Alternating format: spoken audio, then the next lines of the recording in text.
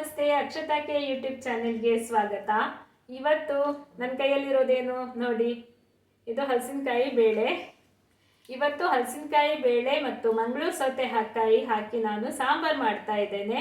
ಹಲಸಿನಕಾಯಿ ಬೇಳೆ, ಹಲಸಿನ ಹಣ್ಣು ತಿಂದಾದ್ಮೇಲೆ ಬೇಳೆಯನ್ನು ಎಸಿಬೇಡಿ. ಈ ಬೇಳೆಯನ್ನು ಉಪಯೋಗಿಸಿ ತುಂಬ ಬೇರೆ ಬೇರೆ ಥರದ ಅಡುಗೆಗಳನ್ನು ಮಾಡಬಹುದು. ಸ್ವೀಟ್ಗಳನ್ನು ತಯಾರಿಸಬಹುದು, ವಡೆಯನ್ನು ಮಾಡಬಹುದು, ಸಾಂಬಾರಿಗೆ ಹಾಕಬಹುದು. ನಾನು ಇವತ್ತು ಮಂಗಳೂರು ಸೌತೆಕಾಯಿ ಮತ್ತು ಹಲಸಿನಕಾಯಿ ಬೇಳೆ ಹಾಕಿ ಸಾಂಬಾರು ಮಾಡ್ತಾ ಇದ್ದೇನೆ. ನೋಡಿ ಫ್ರೆಂಡ್ಸ್, ಬೇಳೆ ನಾನು ಈ ಬೇಳೆಯನ್ನು ಈ ಅಡಕೆ ಕತ್ತರಿಯ ಮುಖಾಂತರ ಕಟ್ ಮಾಡ್ತಾ ಇದ್ದೇನೆ. ಎಲೆ ಅಡಿಕೆ ತಿನ್ನಲಿಕ್ಕೆ ಕಟ್ ಮಾಡಲಿಕ್ಕೆ ಉಪಯೋಗಿಸ್ತಾರಲ್ಲ, ಇದು ಅದೇ ಅಡಕೆ ಕತ್ತರಿ. ಇಲ್ಲ ಅಂದರೆ ಒಂದು ಕಲ್ಲು ಮೂಲಕನೂ ಜಜ್ಜಬಹುದು. ಹಳ್ಳಿಗಳಲ್ಲಿ ಆದರೆ ನೀವು ಈ ಥರ ಮನೆಯದ ಮೇಲೆ ಇಟ್ಟು ಒಂದು ಕಲ್ಲ ಮೇಲೆ ಜಜ್ಜಿದ್ರೆ ಇದು ಸಿಪ್ಪೆ ಸುಲಭಕ್ಕೆ ಬರ್ತದೆ.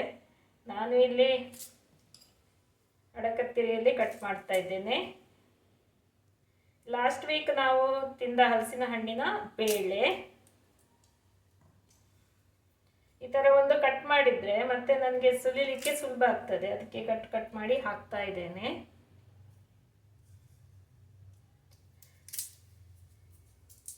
ನಾನು ಊರಿಗೆ ಹೋಗಿರುವಾಗ ಜಜ್ಜಿ ಮಾಡೋದು ಹೇಗೆ ಅಂತಲೂ ತೋರಿಸ್ಕೊಡ್ತೇನೆ. ಹೆಚ್ಚಿನವರಿಗೆ ಗೊತ್ತಿರ್ತದೆ, ಕೆಲವರಿಗೆ ಗೊತ್ತಿರಲ್ಲ.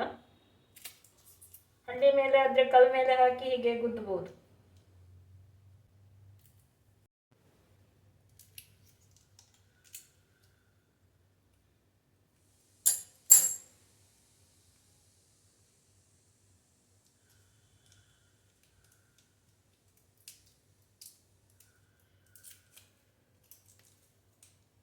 ಬೇಳೆಯನ್ನು ಫ್ರೆಶ್ ಆಗಿರುವಾಗನೇ ಆದಷ್ಟು ಉಪಯೋಗಿಸಿ, ರುಚಿ ತುಂಬ ಚೆನ್ನಾಗಿರ್ತದೆ. ಮಂಗಳೂರು ಸೌತೆಕಾಯಿನ ಕಟ್ ಮಾಡಿ ಉಪ್ಪು ಹಾಕಿ ಬೇಯಲಿಕ್ಕೆ ಇಟ್ಟಿದ್ದೇನೆ. ಇದು ಎಲ್ಲರಿಗೂ ಹೆಚ್ಚಾಗಿ ಗೊತ್ತಿರುವ ತರಕಾರಿ. ಕಟ್ ಮಾಡಿರೋದನ್ನು ನಾನು ತೋರಿಸಲಿಲ್ಲ.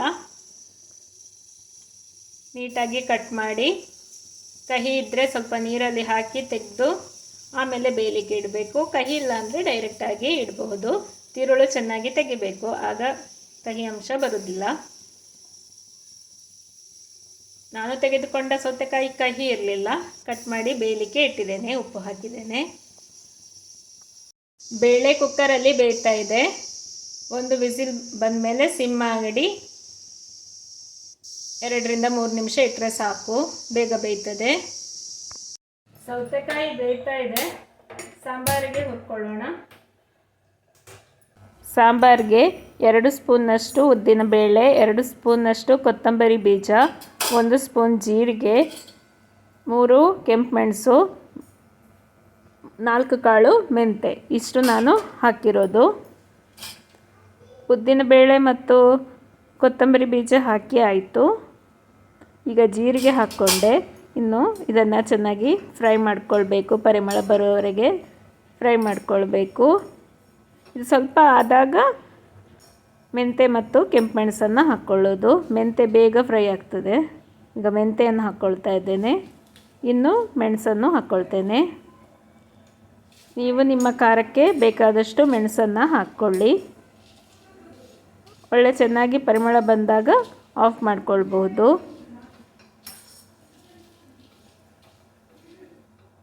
ಗ್ಯಾಸ್ ಆಫ್ ಮಾಡಿ ಆಯಿತು. ಈಗ ಚಿಟಿಕೆ ಇಂಗನ್ನು ಸೇರಿಸ್ಕೊಳ್ತಾ ಇದ್ದೇನೆ. ಸ್ವಲ್ಪ ಹುಣಸೆ ಹಣ್ಣನ್ನು ಸೇರಿಸ್ಕೊಂಡಿದ್ದೇನೆ. ಇನ್ನು ಸ್ವಲ್ಪ ಅರಶಿನವನ್ನು ಸೇರಿಸ್ಕೊಳ್ಬೇಕು. ಅಷ್ಟು ಹಾಕ್ಕೊಂಡ್ರೆ ಸಾಂಬಾರಿಗೆ ಮಸಾಲೆ ಮಾಡಲಿಕ್ಕೆ ಸಿದ್ಧ ಆಗಿದೆ. ಇನ್ನು ಇದನ್ನು ಮಿಕ್ಸಿಯಲ್ಲಿ ಗ್ರೈಂಡ್ ಮಾಡಿಕೊಳ್ಬೇಕು. ಬೇಳೆ ಬೇಯಿಸಿ ಆಯಿತು.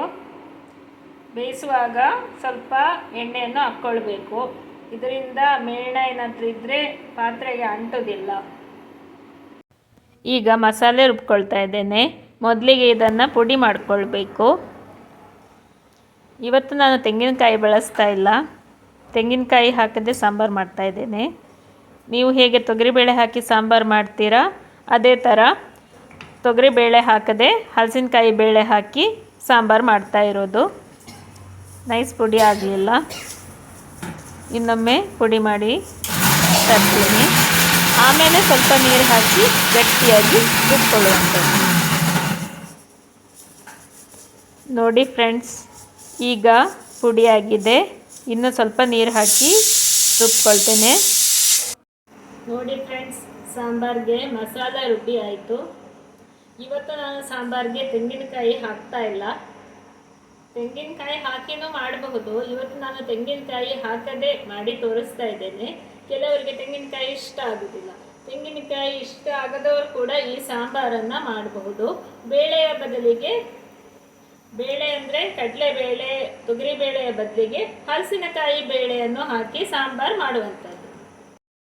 ಈಗ ಬೇಯಿಸಿದ ಸೌತೆಕಾಯಿ ಹೋಳು ಮತ್ತು ಬೇಯಿಸಿದ ಹಲಸಿನಕಾಯಿ ಬೇಳೆ ಮತ್ತು ಮಸಾಲೆಯನ್ನು ಸೇರಿಸಿ ಸಾಂಬಾರನ್ನು ಕುದಿಸುವುದು.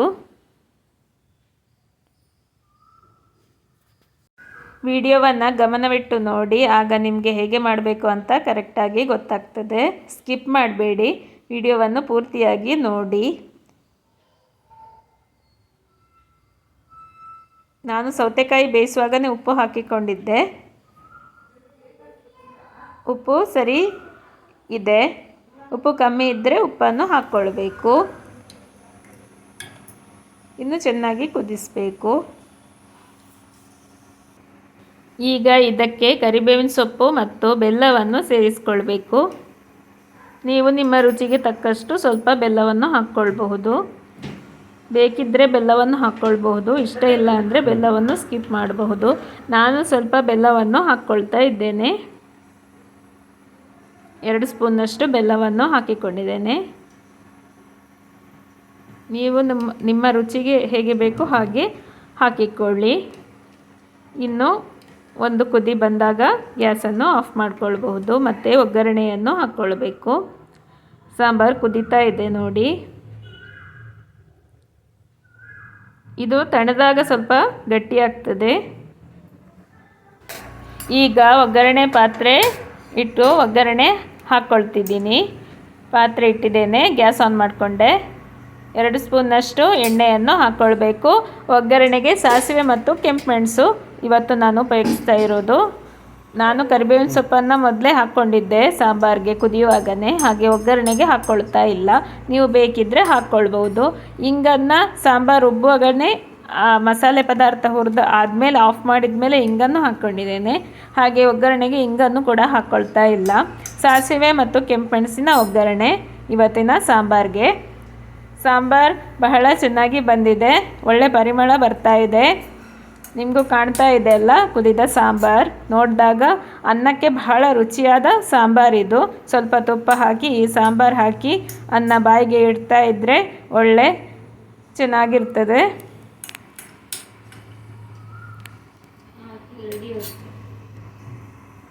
ಒಗ್ಗರಣೆ ಸಿಟಿದ ಕೂಡಲೇ ಸಾಂಬಾರಿಗೆ ಹಾಕ್ಕೊಳ್ಳಿ. ನೋಡಿ ಫ್ರೆಂಡ್ಸ್, ಒಗ್ಗರಣೆಯ ಸೌಂಡ್ ನಿಮಗೆ ಕೇಳಿಸ್ತಾ ಇದೆ. ನಿಮಗೆ ಈ ವಿಡಿಯೋ ಇಷ್ಟವಾಗಿದ್ದಲ್ಲಿ ಅಕ್ಷತಾ ಕೆ ಯೂಟ್ಯೂಬ್ ಚಾನೆಲನ್ನು ಲೈಕ್, ಶೇರ್, ಸಬ್ಸ್ಕ್ರೈಬ್ ಮಾಡಿ. ತಪ್ಪದೇ ಟ್ರೈ ಮಾಡಿ. ಧನ್ಯವಾದಗಳು ಮತ್ತು ಎಲ್ಲರಿಗೂ ಶುಭ ದಿನ.